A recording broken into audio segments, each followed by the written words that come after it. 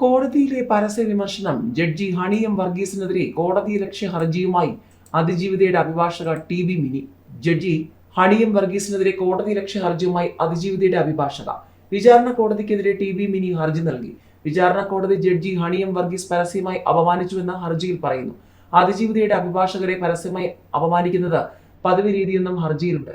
വിചാരണ സമയത്ത് അഭിഭാഷക കോടതിയിൽ വന്നത് 10 ദിവസത്തിൽ താഴെയാണെന്നും അരമണിക്കൂർ മാത്രമാണ് അഭിഭാഷക കോടതിയിൽ ഉണ്ടാകാറുള്ളതെന്നുമായിരുന്നു അഡ്വക്കേറ്റ് ടി ബി മിനിക്കെതിരായ വിചാരണ കോടതിയുടെ പരാമർശം. കോടതിയിൽ ഉണ്ടാകുമ്പോൾ ഉറങ്ങുന്നതാണ് പതിവ്. വിശ്രമ സ്ഥലം എന്ന രീതിയിലാണ് അഭിഭാഷക കോടതിയെ കാണുന്നത്. എന്നിട്ടാണ് പുറത്തുപോയി കോടതിയെ വിമർശിക്കുന്നതെന്നും കോടതി വിമർശിച്ചിരുന്നു. നടിയെ ആക്രമിച്ച കേസുമായി ബന്ധപ്പെട്ട കോടതിയലക്ഷ്യ ഹർജികൾ പരിഗണിക്കുന്നതിനിടെയാണ് വിചാരണ കോടതിയുടെ വിമർശനം. അന്ന് കോടതിയിൽ ടി ബി മിനി ഹാജരായിരുന്നില്ല. ടി ബി മിനി എത്തിയിട്ടില്ലേ എന്ന് ചോദിച്ചുകൊണ്ടാണ് കോടതി വിമർശനം ഉന്നയിച്ചത്.